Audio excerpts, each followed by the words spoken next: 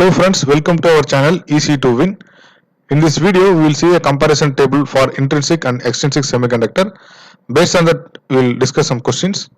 Intrinsic and extrinsic semiconductor are compared here. Intrinsic semiconductor, it is in the pure form. So pure form means intrinsic semiconductor. Extrinsic semiconductor means we are adding some dopant. That is, we are doing the process called doping. Doping means adding impurities to increase the conductivity. So it is formed by adding trivalent or pentavalent impurity to a pure semiconductor. Pure semiconductor means intrinsic semiconductor. So extrinsic semiconductor we are getting from intrinsic semiconductor plus doping. Intrinsic semiconductor plus doping will give you extrinsic semiconductor. So trivalent means it is a p-type semiconductor and pentavalent means it is a n-type semiconductor. Okay. Next one, in intrinsic semiconductor, holes and electrons are equal. That is, number of holes and number of electrons are equal. And for extrinsic semiconductor, number of free holes are more in p-type. That is, in p-type semiconductor, the majority carriers are holes and minority carriers are electrons. For the n-type, number of electrons will be more. That is, for n-type, electrons are majority carrier and holes are minority carrier. This is also important difference. And regarding the Fermi level, for the intrinsic semiconductor, Fermi level lies in between the valence band and conduction bands. This is very, very important.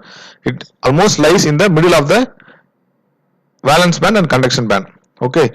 And for the extrinsic semiconductor, depending upon the p-type or n-type, Fermi level is shifted. That is, for p-type, Fermi level lies near the valence band. That is, in the energy band gap diagram, this is the valence band, this is the conduction band. Okay, and this gap is called as forebrain energy gap. Okay, for an intrinsic semiconductor, the Fermi level lies exactly in the middle of the energy band gap. Okay, and for the extrinsic semiconductor, depending upon the type, that is p-type or n-type, for the n-type, Fermi level lies just below the conduction band, just below the conduction band. This is for n-type. Okay, and for the p-type, the Fermi level lies just above the valence band. This is very, very important concept. Based on this concept, questions are asked in competitive exams. And the next comparison is ratio of majority and minority carriers are unity. The ratio of number of majority carriers and number of minority carriers are unity. And for extrinsic semiconductor, ratio of majority carrier and minority carrier are not unity. Here not unity because both are not equal. And in intrinsic semiconductor, majority carrier and minority carrier are equal. So that is the ratio becomes unity. In the case of extrinsic semiconductor, it is not unity. Some additional point you can add to this table, that is at 0 Kelvin, intrinsic semiconductor acts as an insulator. That is, at 0 Kelvin, there is no conductivity is possible. And for the extrinsic semiconductor, conductivity is there at 0 Kelvin. So we cannot say it is an insulator at 0 Kelvin. Extrinsic semiconductor conducts at 0 Kelvin. And for intrinsic semiconductor, it does not conduct. So we can consider as an insulator. Okay. One more point you can add to this table, temperature coefficient of resistance. Intrinsic semiconductors are having negative temperature coefficient of resistance and extrinsic semiconductors are having positive temperature coefficient of resistance. That is, when the temperature is increased in case of intrinsic semiconductor, the resistance gets decreased. There is an inverse proportion, so that we can say temperature coefficient of resistance for intrinsic semiconductor is negative, and for the extrinsic semiconductor, when the temperature is increased, based on the thermal agitation, the resistivity also, the resistance also gets increased. So we can say the extrinsic semiconductors are having positive temperature coefficient of resistance. So this point also very, very important for exam point of view. Based on this comparison table, we can discuss some questions now. First question, a small percentage of impurity is added to an intrinsic semiconductor at 300 Kelvin. Which one of the following statement is true? for the energy band diagram shown in the following figure. So in this question they have given an energy band gap diagram. So they are asking which of the following statement is true. Okay, actually this is the conduction band, this is the valence band, and this dashed line is a new energy level, that is Fermi level is here.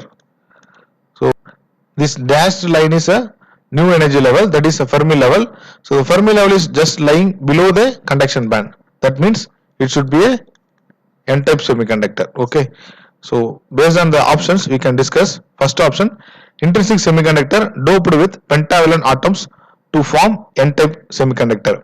So this is a n-type semiconductor. This is whatever energy band gap diagram shown is a n-type semiconductor. So option A will be the correct answer.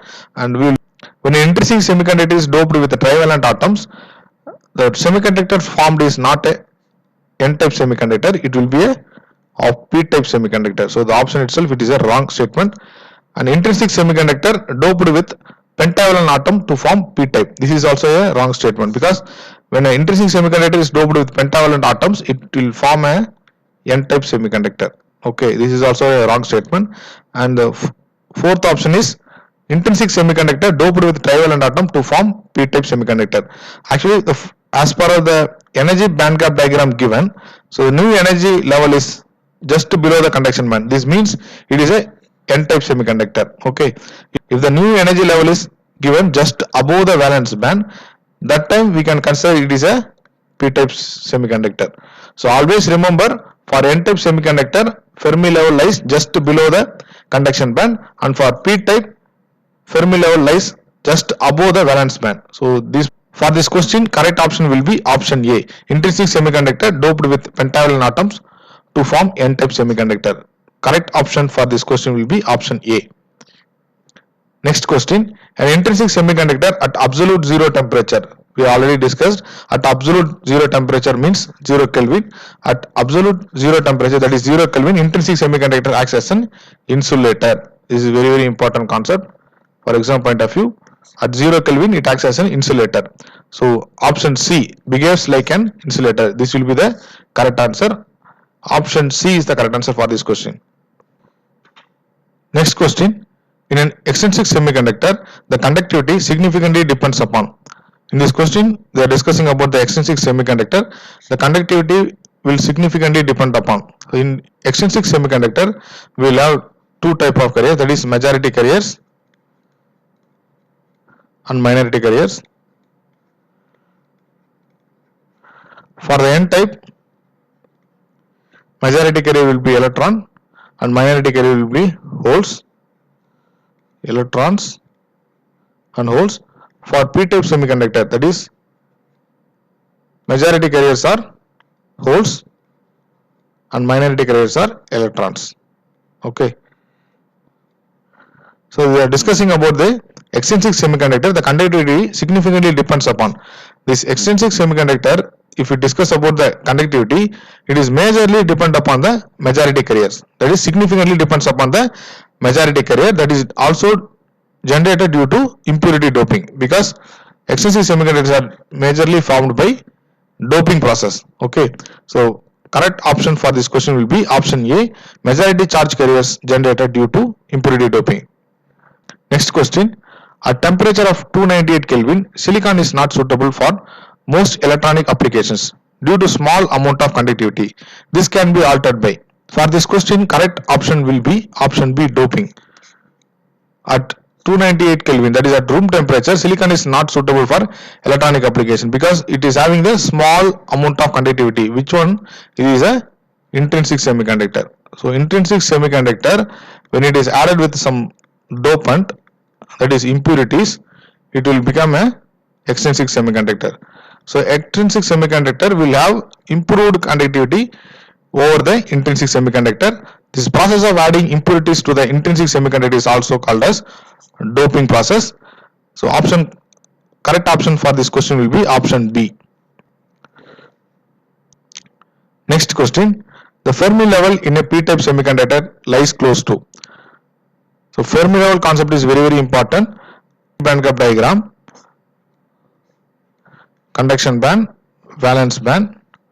For the p-type semiconductor, Fermi level lies just above the valence band, that is on top of the valence band. Correct option for this question will be option A, top of the valence band. If they are asked n-type semiconductor, it will be just below the conduction band, that is bottom of the conduction band. This is for n-type. And they are asked for p-type, so the correct option for this question will be option A. Next question, in an intrinsic semiconductor, the Fermi level. So we have already discussed, for intrinsic semiconductor, Fermi level lies at the center of the forbidden energy gap. That is option A will be the correct answer for this question. In an intrinsic semiconductor, the Fermi level lies at the center of forbidden energy gap. Correct option for this question will be option A. Next question, which of the following is correct? So in this question, 4 options are given and they are asking which one is correct. The first option is intrinsic and extrinsic semiconductors have negative temperature coefficient and conductors, that is metals, having positive temperature coefficient. So we have already discussed, intrinsic semiconductors are having negative temperature of coefficient and extrinsic is having positive temperature of coefficient. In this statement, intrinsic and extrinsic having negative temperature coefficient is discussed, so this is a wrong statement.